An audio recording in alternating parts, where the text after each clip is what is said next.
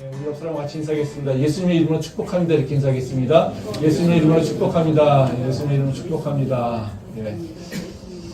오늘은 믿음으로 도전이라고 하는 제목으로 말씀을 나누려고 하는데요. 오늘 읽은 말씀은 저희가 잘 알고 있는 얘기입니다. 예수님과 베드로가 무리를 걷는 사건에 대해서 이야기하고 있습니다.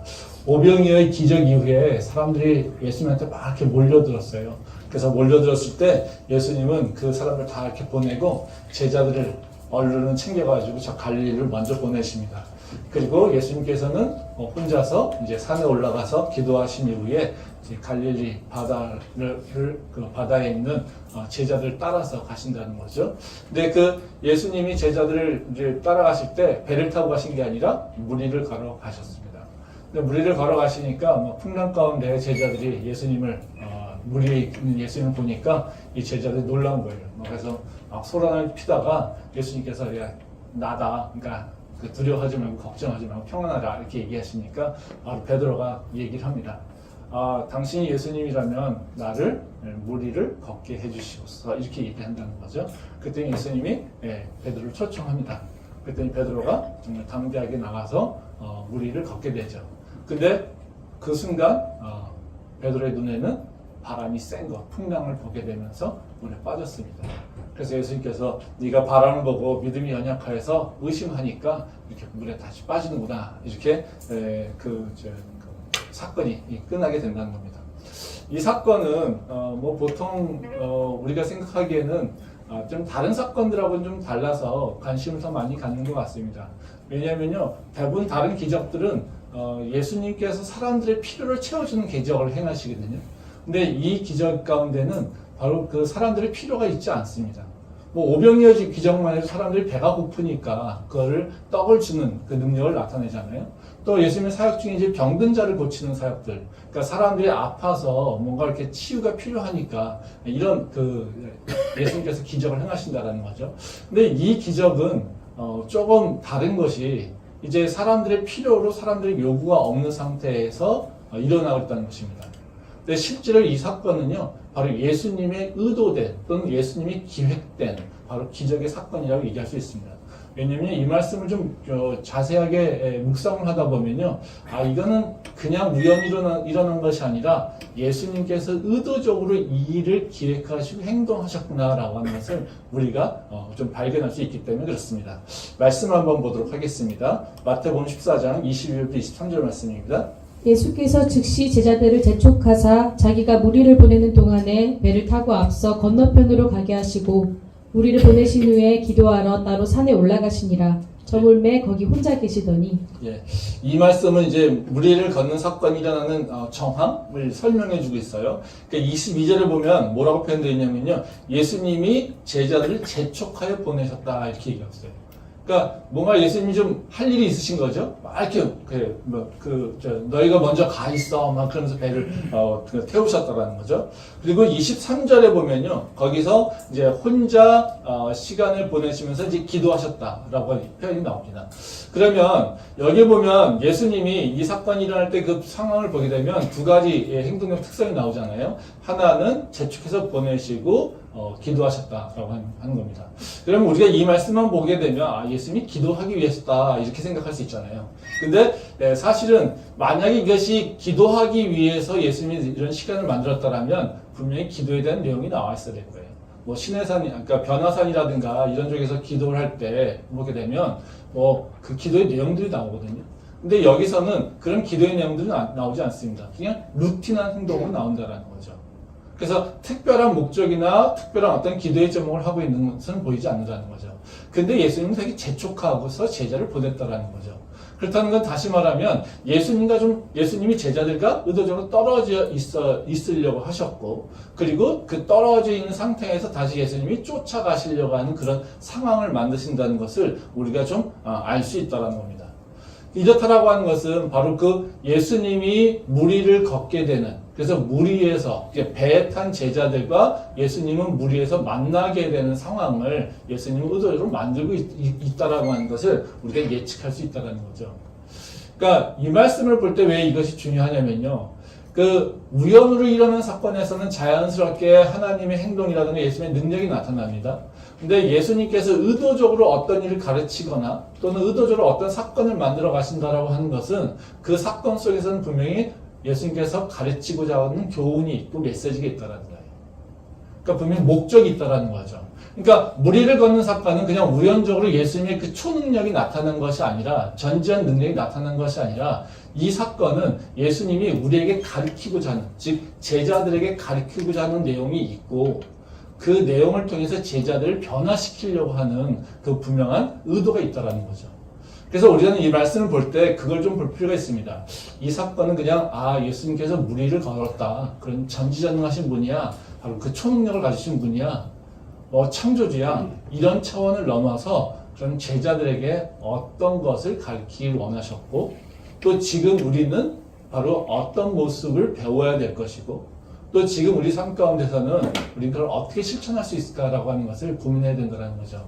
그래서 제가 오늘 이 말씀을 같이 나누시면서 바로 예수님께서 제자들에게 가르치고자 했던 그 교훈은 무엇인지 그리고 우리 삶 속에서 그것을 어떻게 실천할 수 있는 것인지 어떻게 연계되어 있는 것인지 그것에 대해서 같이 생각을 좀 해보도록 하겠습니다. 첫 번째로 예수님이 제자들을 가르치려고 하신 것은 뭐냐면요. 믿음은 예수님을 아는 것으로 충분하지 않고요. 즉 다시 말하면 믿음이라고 하는 고백을 하는 것은요.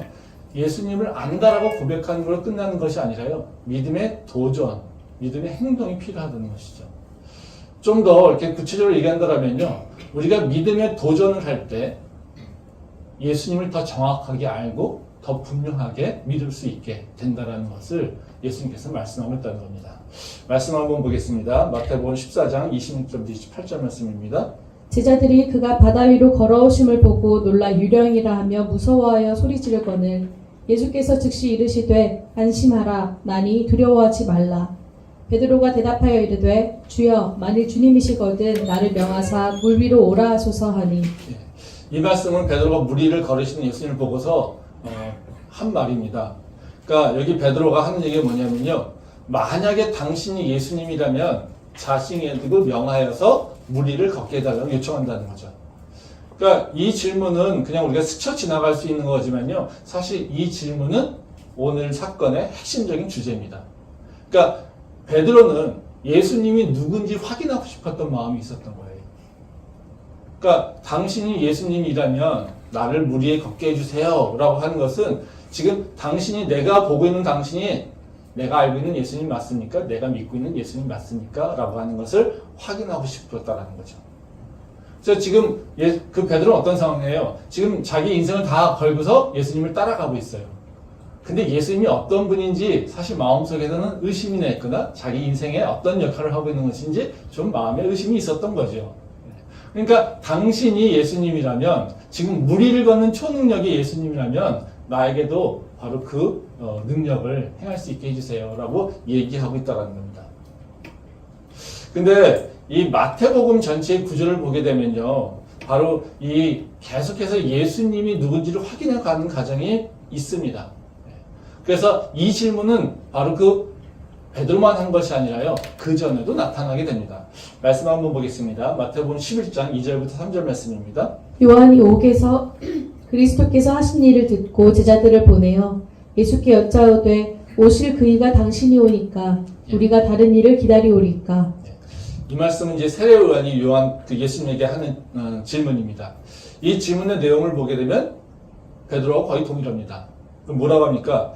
예수님이 누구인지 그걸 확인하고 있다는 거죠.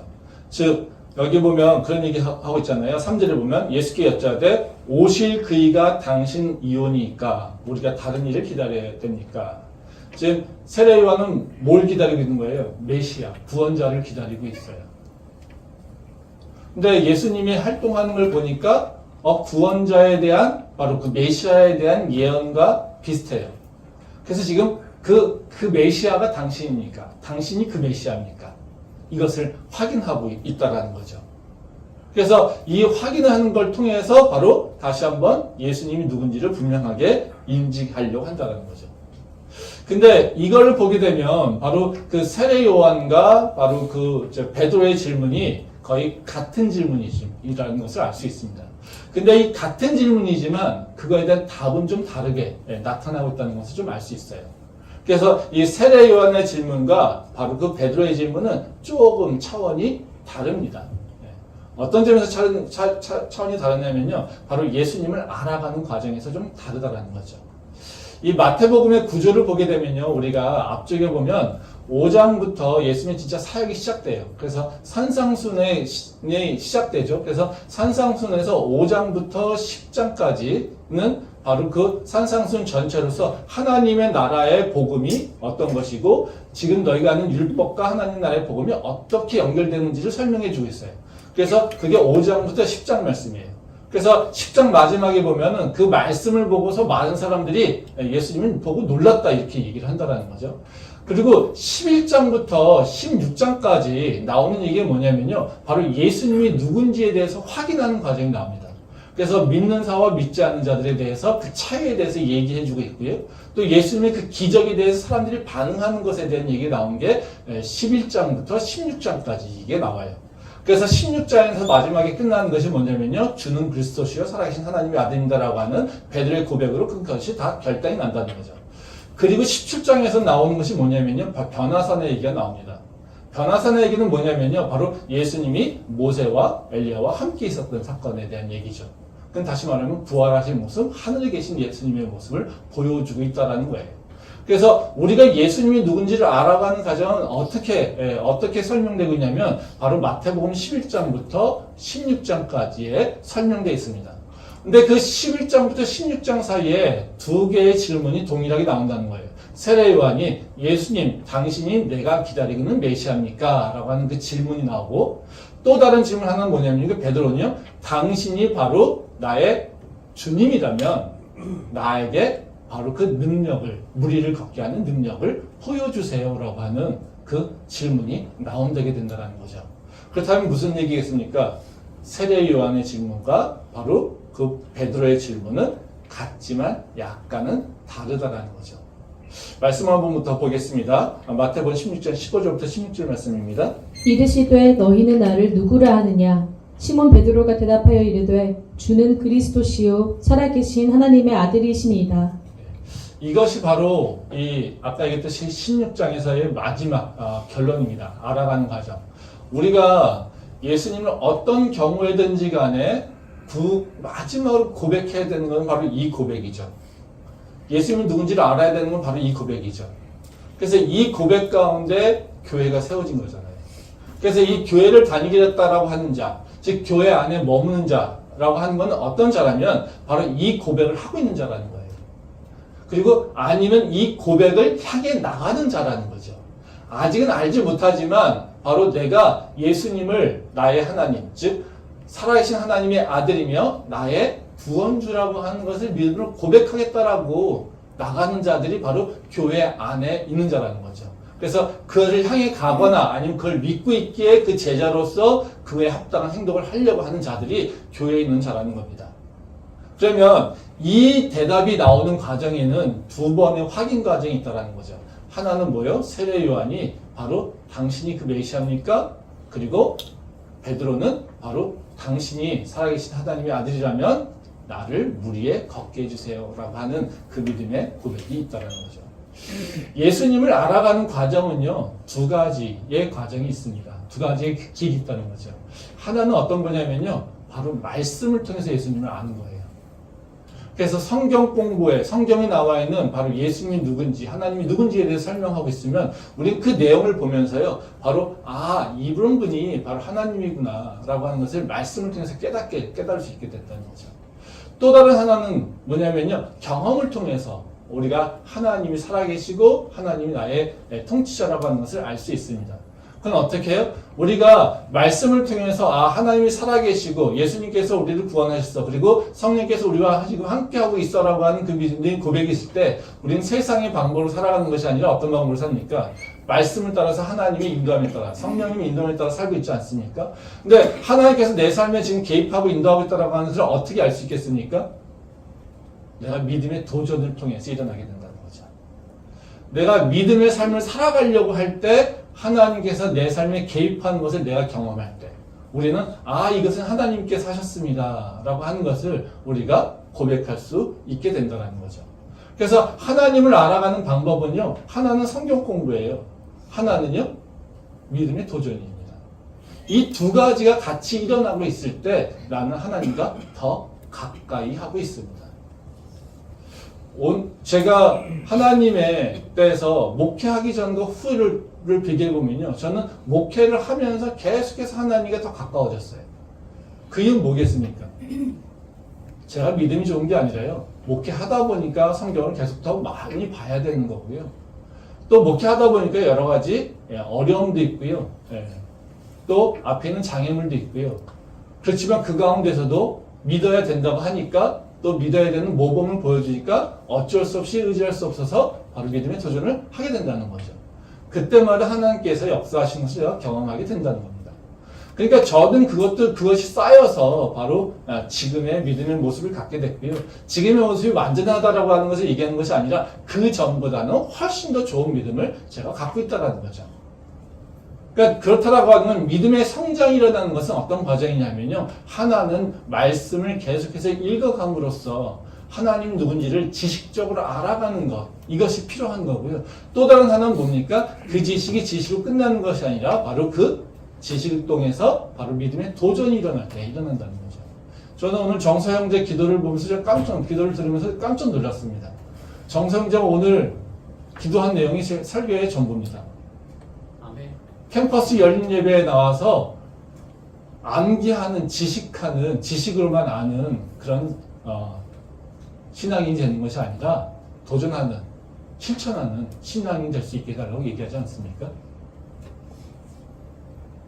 우리는 아는 걸로 끝나본다고 생각하는데요. 아는 것은 하나님을 다 안다고 얘기할 수 없어요. 진짜 믿음이라고 하는 건 어떻게 해요? 내가 아는 것을 지금 믿는 대로 도전하면서 하나님을 확인해가는 과정이에요.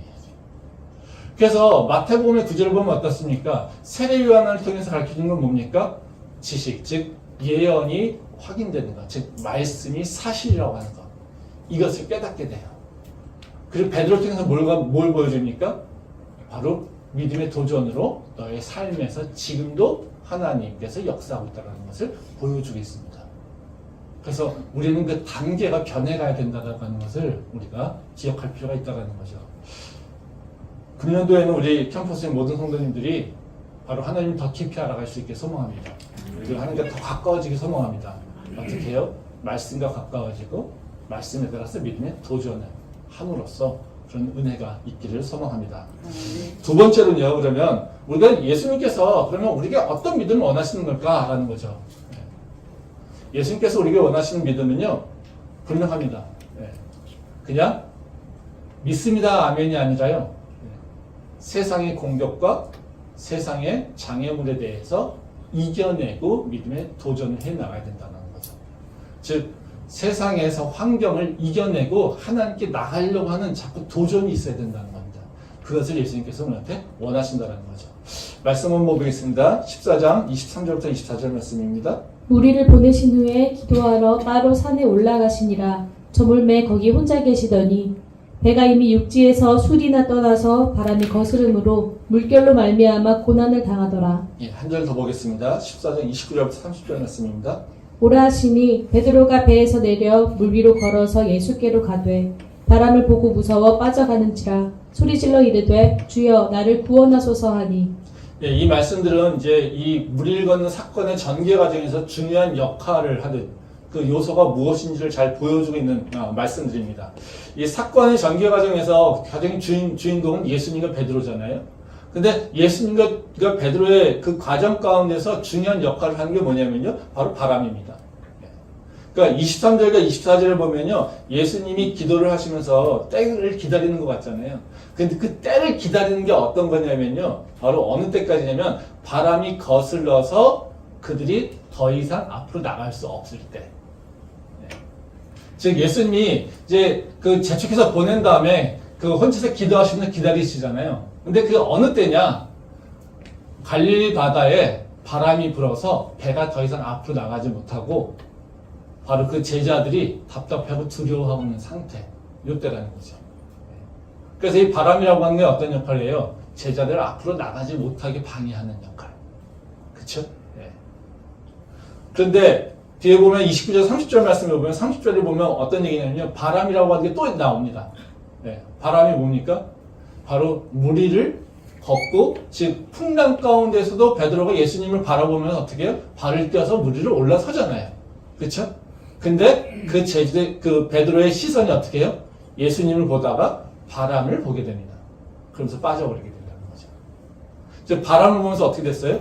무너져 버렸어요. 그렇죠? 예.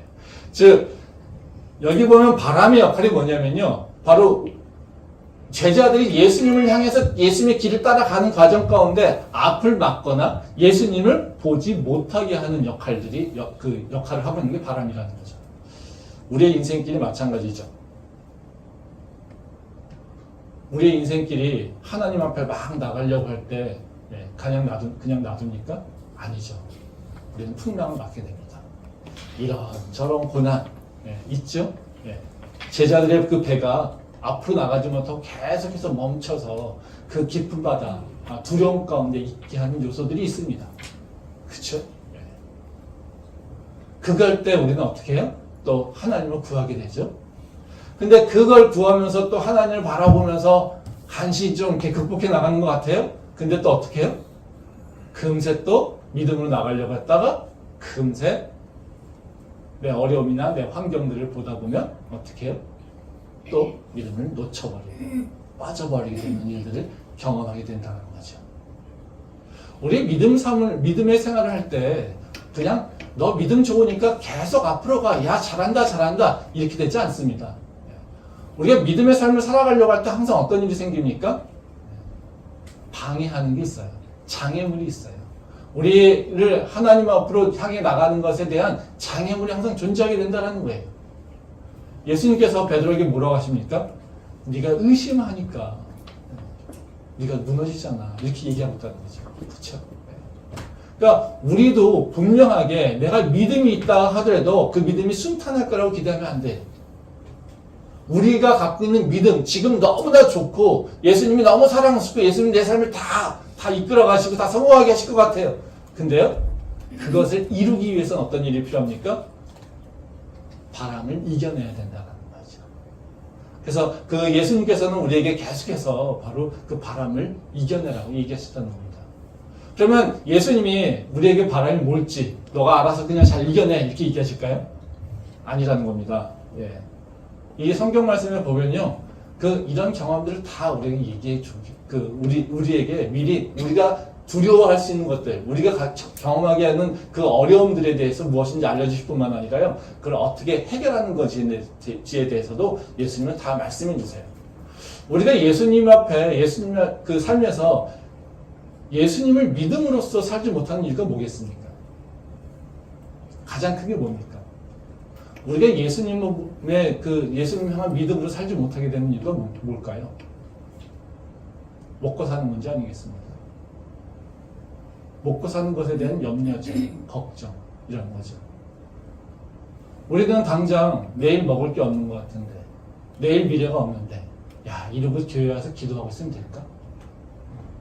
내일 내 미래는 어떻게 될지 모르는데, 내 일은 산더미같이 좀 많은데 내가 지금 일요일 날 나와가지고 기도하면 될까? 아, 내일부터 나 시험 봐야 되는데 나 지금 이렇게 예배하는 게 맞을까? 이게 가장 단편적으로 아주 소소하게 우리가 경험하고 있는 일 아닙니까? 다 뭐 때문에요? 내 먹고 사는 문제라는 거죠. 이 먹고 사는 문제가 우리한테 너무 중요하니까 어때요? 우리는 계속해서 그것 때문에 걱정하고 염려하는 거예요. 걱정하고 염려하다 보니 어떻게 해요? 하나님을 믿는 대신 어떻게 그 일에 붙잡히는 거죠. 그래서 하나님 발표로 더 나가지 못하고 계속해요? 어떻게? 그 자리에 머물러 있는 모습이라는 거죠.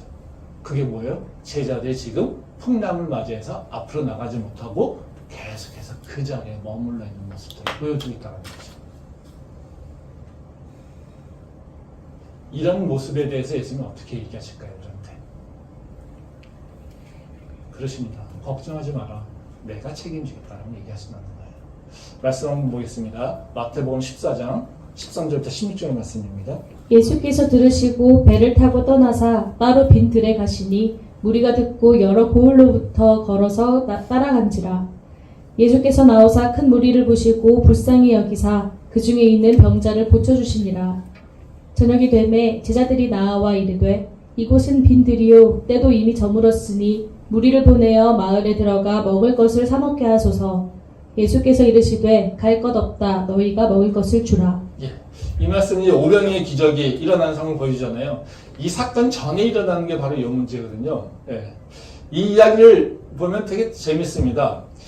사람들이 예수님의 이야기를 듣고 너무 좋아요. 그래서 소문 듣고 무작정 따라왔어요.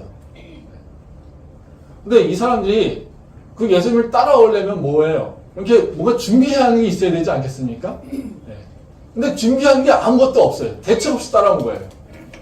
그냥 이성적으로 생각해보면 어때요? 아, 예수님을 위해서 따라갈 거다라면 어떤 준비를 해야 됩니까? 내 먹을 물이라도 챙겨와야 되는 거 아니에요? 그렇죠? 우리가 어디 가려고 하면 뭐라도 챙겨와야 되는 거 아닙니까? 네. 우리가 예수님 따라서 믿음을 살겠다라고 하면 뭔가 이렇게 대책이 있어야 되는 거잖아요. 대책이 있지 뭔가 이렇게 따라와서 말씀을 듣든지 해야 되는 거 아니겠어요? 이게 우리가 원하는 이성적인 행동이잖아요. 저도 그렇게 가르치죠. 그냥 와가지고 맨날 예수님한테 와가지고 예배드리고 기도만 한다고 다 해결되는 거 아니야. 그럼 너 와서 일해야 돼. 네. 그쵸? 네 먹을 거, 네 입을 거 네가 챙겨야지. 저도 이렇게 많이 가르치거든요. 근데 이 사람들은 어떤 사람이에요? 오병이의 기적을 체험한 사람들은요. 자기 먹을 도시락도 안 갖고 다니는 사람들이에요. 우리를 이성적으로 이 사람들을 평가하면 어떻게 됩니까? 굶어 마땅하죠. 배고픈 게 마땅하잖아요. 네 먹을 거 챙겨와야지. 너 예수님 좋다고 그렇게 네 먹을 것도 챙기지 않고 오면 돼? 그쵸? 이게 제자들의 모습이에요. 예수님이 야 저들 배고프잖아. 저 배고픈 걸 어떻게 그냥 봐. 저들한테 먹을 것 줘. 아 우리가 어떻게 저렇게 먹입니까? 아 그들을 다 보내서요. 먹고 오라고 하세요. 그게 지금 예수님 제자들이 하는 얘기잖아요. 저에게 똑같은 얘기잖아요. 저도. 아, 네 삶의 문제 어떻게 네가 해결하고 교회 와야지. 네 먹을 것, 입을 거, 네 시험 볼 거, 네가 알아서 해결하고 와야지. 와가지고 대책 없이 그냥 앉아서 기도만 하고 있으면 그게 해결돼? 이게 지금의 목사들이 하고 있는 얘기잖아요. 제자들과 똑같이. 왜? 저는 책임질 수 없으니까. 제자들은 책임질 수 없으니까. 지금의 목사들이 책임질 수 없으니까. 인간적으로는 책임질 수 없으니까. 우리는 그렇게 가르치고 있는 거예요. 근데 예수님은요? 왜 그걸 걔네들한테 책임지게 해? 네가 줘. 우리가 줘야지라고 하는 거죠. 그게 예수님께서 하시는 말씀이에요. 그들을 보내지 말고 너희들이 책임져 줘. 이것을 얘기하는 거예요. 그들은 걱정하고 염려하고 그것이 그들이 해야 될 일이야.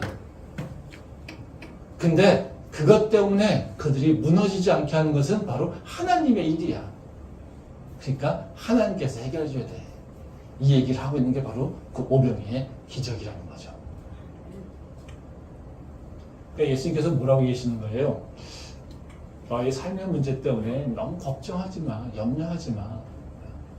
너가 해결할 수 있는 방법은 어디 있냐면 나한테 있어. 너가 걱정하는 문제 해결할 사람은 바로 나야. 그러니까 내게 와 있으면, 나와 함께 있으면 어떻게 해요? 너의 먹고 사는 문제는 해결돼. 이걸 얘기해 주시는 게 바로 오병이의 기적이라는 거죠. 근데 우리는 오병이의 기적을 그저 하늘에서 뭔가 떨어져야만이 나오는 것처럼 생각하지만요.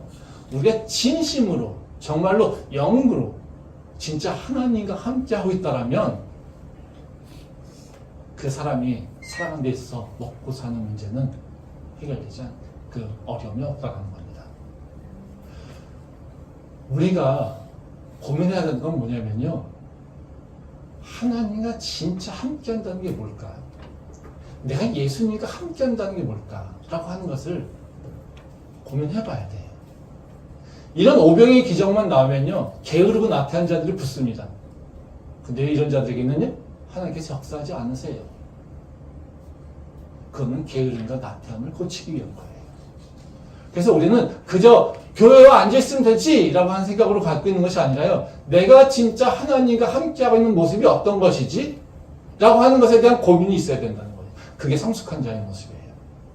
이 말씀 속에서는 바로 하나님께서 내가 너희를 책임져 라고 하는 말씀을 얘기하고 있지만요, 나와 함께하고 있는 자들에게는 내가 분명하게 책임질 거야 라고 하는 것을 얘기하고 있지만요, 우리는요, 그렇기 때문에 하나님과 함께하고 있는 것이 무엇인지, 즉 예수님과 함께하고 동행한다는 것이 무엇인지를 우리가 심각하게 고민해 볼 필요가 있다는 거예요.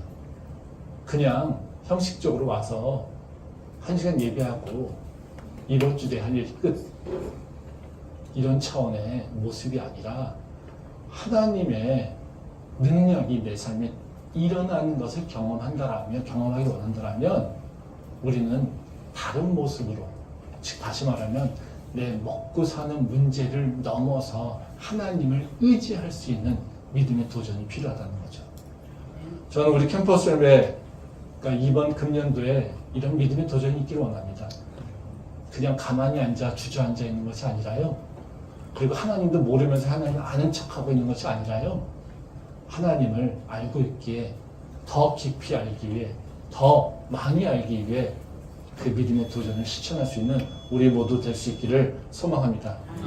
그러면 우리가 어떻게 이런 믿음의 도전을 할 수 있을까요? 우리에게 어떤 마음이 있어야 될까요? 어떤 조건이 우리한테 채워져야 될까요? 우리의 믿음의 도전은요, 되게 뭔가 의지가 있고 능력 있는 사람들이 하고 있는 것이 아니라요, 우리 마음 가운데 간절함이 있으면 됩니다. 하나님의 은혜에 대한 간절함이 있으면 돼요. 그것이 있을 때 우리는 하나님을 향해 나갈 수 있다는 거예요. 말씀 보겠습니다. 마태복음 15장 1절에 2절 말씀입니다. 그때에 바리새인과 서기관들이 예루살렘으로부터 예수께 나와 이르되 당신의 제자들이 어찌하여 장로들의 전통을 범하나이까? 떡 먹을 때에 손을 씻지 아니하나이다.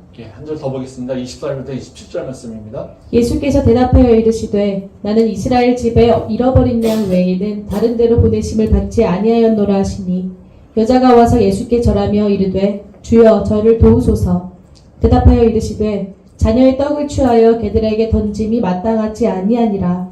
여자가 이르되 주여 올소이다마는 개들도 제 주인의 상에서 떨어지는 부스러기를 먹나이다 하니, 이 오병의 기적과 바로 무리를 걷는 사건 뒤후에 나오는 얘기가 바로 15장인데요. 15장에 나온 사건은 두 가지예요. 하나는 장로들과의 전통에 대한 논쟁.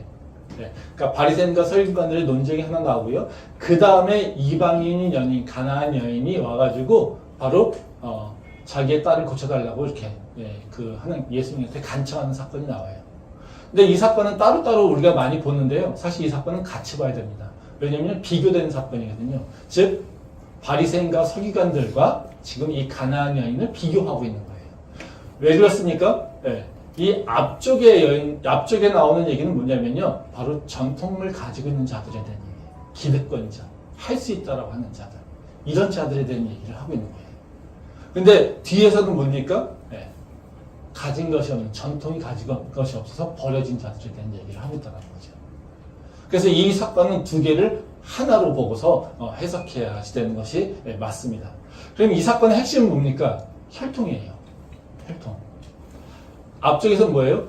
바리새인과 서기관들은 난 유대인이에요. 그러니까 유대인의 전통을 지키면 하나님의 복을 누려요. 우리는 하나님의 복을 받고 있는 것, 복을 받을 수 있는 자격이 있는 자니까 우리는 당연히 하나님께서 내게 복을 주셔야 돼요. 이겁니다. 근데 당신은 그 전통, 즉 유대인의 혈통에 맞는 전통을 지키지 않으니까 당신들은 잘못된 거야. 이렇게 지금 얘기하는 게 바로 바리새인과 서기관들의 문제라는 거죠. 그래서 예수님이 그들을 혼내시죠. 그 다음에 딱 오셔서 하신 얘기가 뭐예요? 가나안 여인이 와서 내 딸을 고쳐주십시오 그랬더니 예수님이 뭐라고 반응하시니까, 야 너는 이방인이잖아. 이걸 얘기하셨어. 말이 안 되는 얘기죠. 앞쪽에서는 뭐예요? 바리새인과 서기관들한테 전통 중요하지 않다고, 혈통 중요하지 않다고 얘기해놓고 가나안 여인이 와가지고 막 했더니, 야 너는 이방인이야, 나는 유대인들 위해서 온 사람이야. 이러고 있으면 뭐예요? 앞에 이야기가 뒷얘기가 다르다는 얘기죠. 그렇죠? 근데 뒷얘기에서 보면 뭡니까? 여인이 뭐라고 합니까? 맞아요. 나는요, 가나안 백성이에요. 가나안인이에요. 이방인이에요. 하나님의 은혜 받을 만한 자격 없어요. 근데 집에 개한테도 부스러기를 주지 않습니까? 그러니까 나 유대인 아니어도요, 선택받지 못한 백성이라 하더라도요, 나한테 은혜를 주실 수 있지 않습니까? 그거 기대하고 왔어요. 이러고 있는 게 바로 이 가나안 여인의 믿음의 모습이에요. 그랬더니 예수님께서요, 그 딸을 고쳐주시죠. 그렇죠? 우리는 이 말씀 보고서 이제 문자적으로 해석해가지고 어떻게 해석합니까? 역시 유대인들, 이런 얘기를 하게 되는, 또는 혈통 이런 얘기를 한다는 거죠. 그럼 혈통이 우리 삶하고 무슨 상관이 있겠습니까? 우린 그러면 우린 유대인이 아니니까 이 이방인 여인처럼, 우린 그냥 개 같은 존재니까요, 저 주인이 먹다 남은 그런 떡 부스러기라도 좀 주세요, 이렇게 얘기할까요? 아닙니다. 혈통이라고 하는 그 장애는요, 가나안 백성들, 가나안 여인들에게 있어서는 어때요? 자기가 해결할 수 없는 문제들이에요. 하나님의 은혜를 받기에 자기는 부족함을 느끼게 하는 문제들이에요. 생각해보세요. 이 여인이 혈통이라고 하는 것을 예수님이 얘기할 때, 넌 유대인이 아니잖아 라고 얘기할 때 이 여인이 해결할 수 있는 방법이 있습니까? 갑자기 피를 바꿀 수 있습니까? 거짓으로 족보를 살 수 있습니까?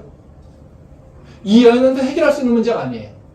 근데 그것이 중요한 건 인정하고 있어요. 그쵸? 근데 그 인정하는 것도 어떻게 해요?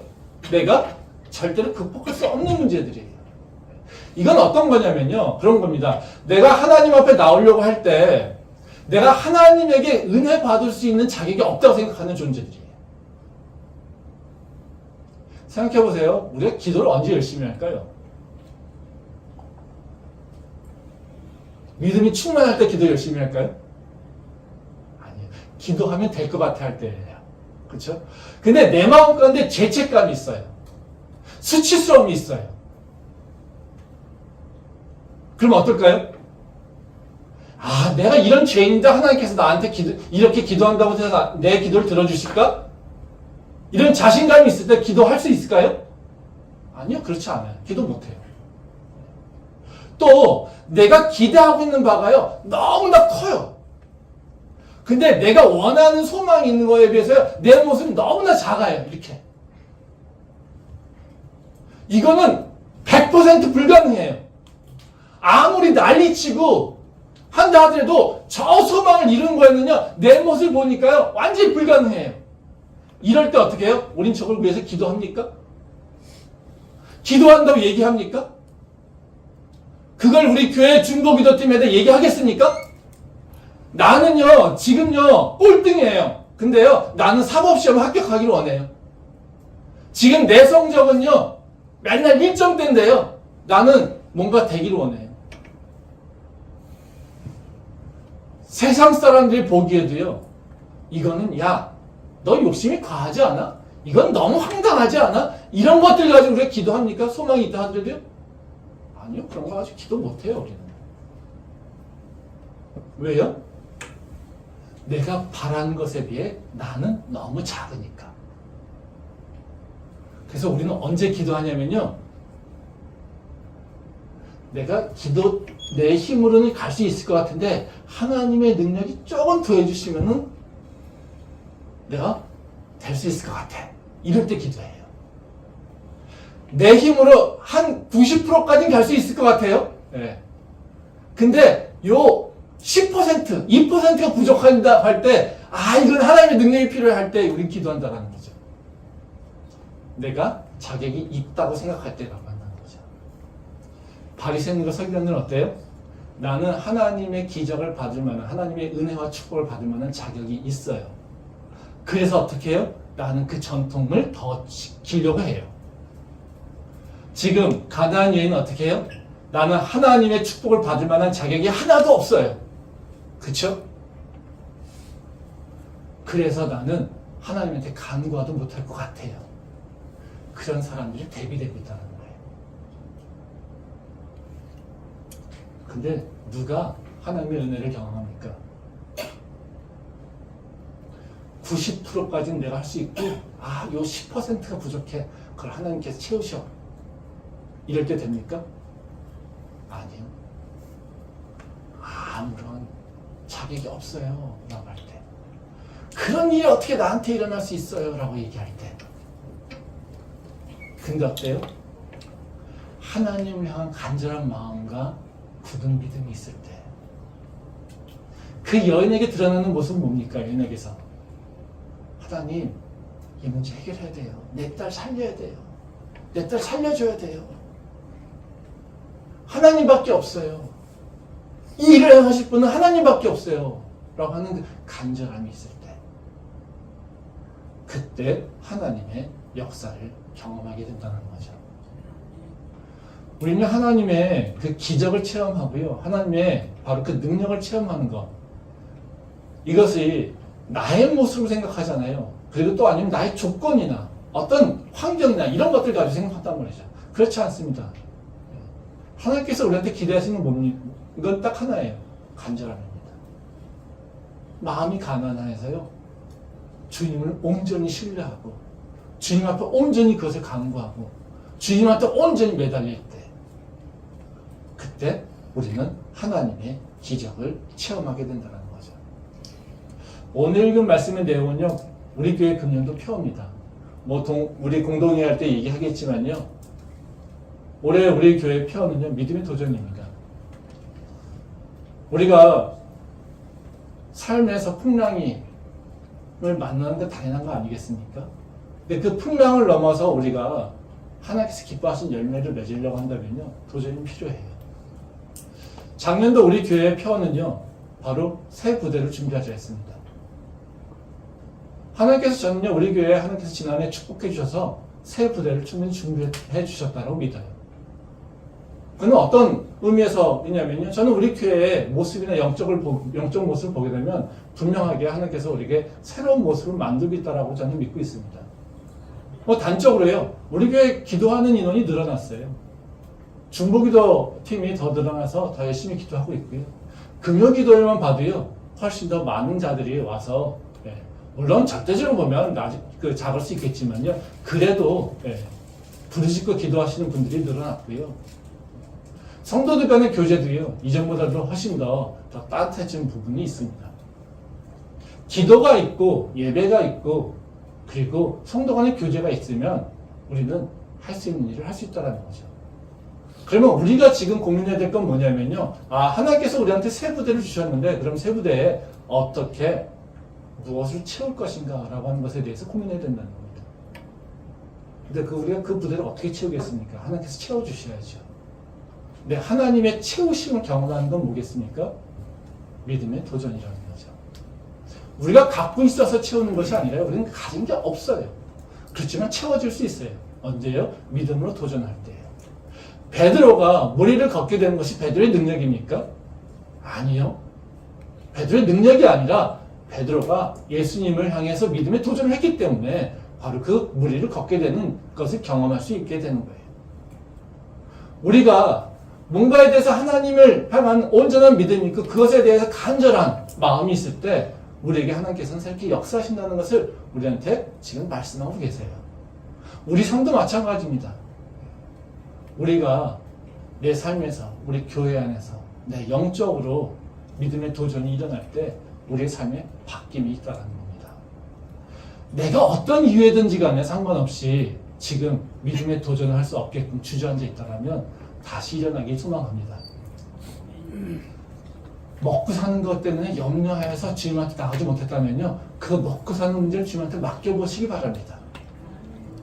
혹시 내 마음 가운데 죄책감이나 내가 수치심이 있어서 또는 내가 할 수 없다라는 자신감이 없어서 주님 앞에 나오지 못하는 분이 있다면 그 모습을 안타까워하시고 그 모습을 더 예뻐하시는 하나님의 그 선하신 부분을 다시 한번 기억하기 바랍니다. 그리고 다시 한번 도전할 수 있길 소망합니다. 그때 우리 삶은 새로운 인생이 시작된다는 것을 기억할 수 있길 소망합니다. 2023년도 우리 캠퍼스에 있는 모든 성도들에게 바로 무리를 걷게 되는 역사가 성경의 얘기가 아니라 우리의 얘기가 될 수 있기를 소망합니다. 기도하겠습니다.